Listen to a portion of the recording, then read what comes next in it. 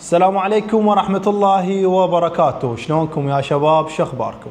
كلكم شاهدتوا المنتسب العراقي محمد الساعدي اللي زرع ايد بالهند، وهاي العملية تمت بنجاح وصارت إلها ضجة بمواقع التواصل الاجتماعي.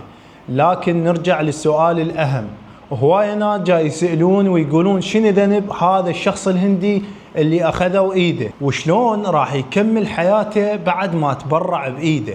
هل هذا الشخص راح يبقى حي؟ لا يا صديقي، خليني أوضح لك هاي النقاط.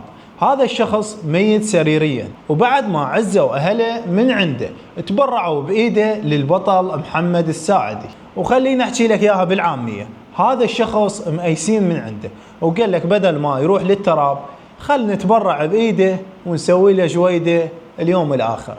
وهواية ناس انتقدوا ضعف ايده ولونها المختلف عن جسمه، لكن خل اوضح لكم شغله، هاي ايده اللي سواها وزرعها هاي بمرور الوقت راح تتحول نفس هاي ايده الثانيه، وراح تبدي تسمن بحيث راح تتطابق ويا جسمه تماما. وهذا الحكي مو من يمي، هذا الحكي من الدكاتره المختصين.